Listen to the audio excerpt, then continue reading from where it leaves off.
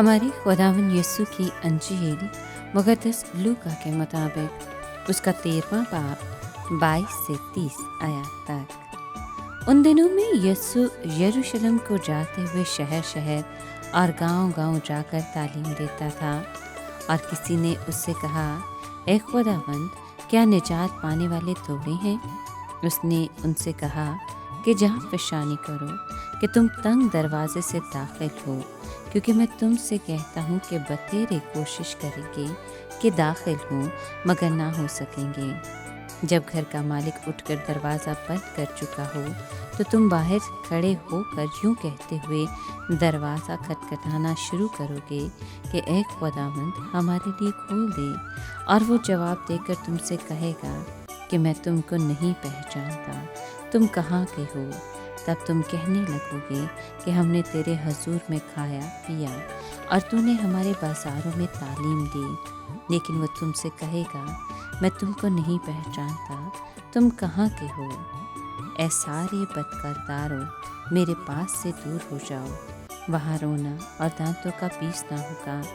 जब इब्राहीम और इसहाक और याकूब और सब नबियों को खुदा की बादशाही में शामिल और अपने आप को बाहर निकाला हुआ देखोगे, और मशरिक मगरिब शमाल जनूब से लोग आकर खुदा की बादशाही की ज़ियाफ़त में शरीक होंगे।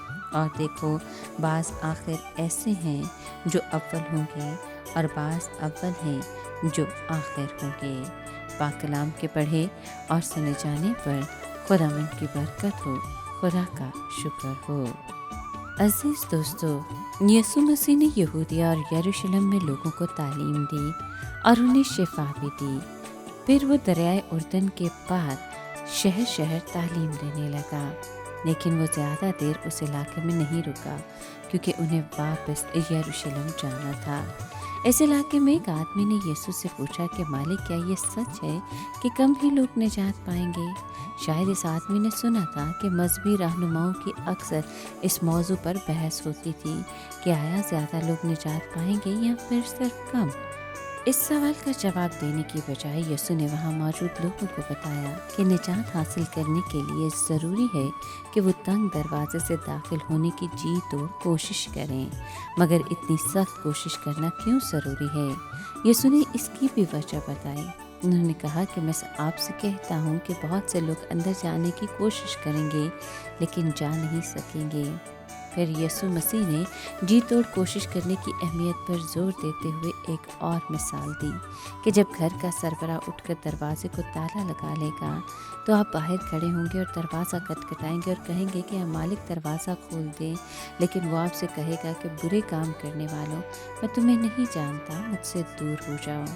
इस मिसाल से मसीह यीशु ने उन लोगों की सूरत हाल को वाज़ह किया है जो आने में देर करते हैं, यानी तब आते हैं जब उनके पास वक्त होता है, मगर जब वो पहुंचते हैं तो वो दरवाजे पर ताला पाते हैं।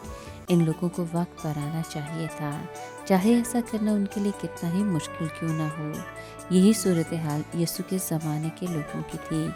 इन लोगों को यीशु से तालीम पाने का मौका मिल रहा था, लेकिन उन्होंने इसे नज़रअंदाज किया।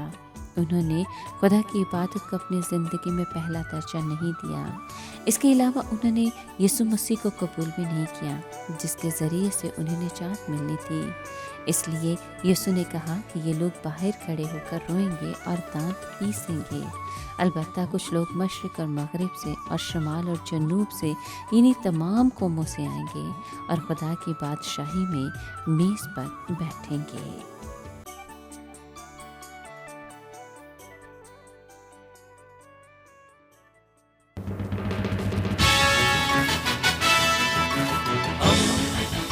दोस्ती का पैगंबर, रेडियो वेरितास एशिया।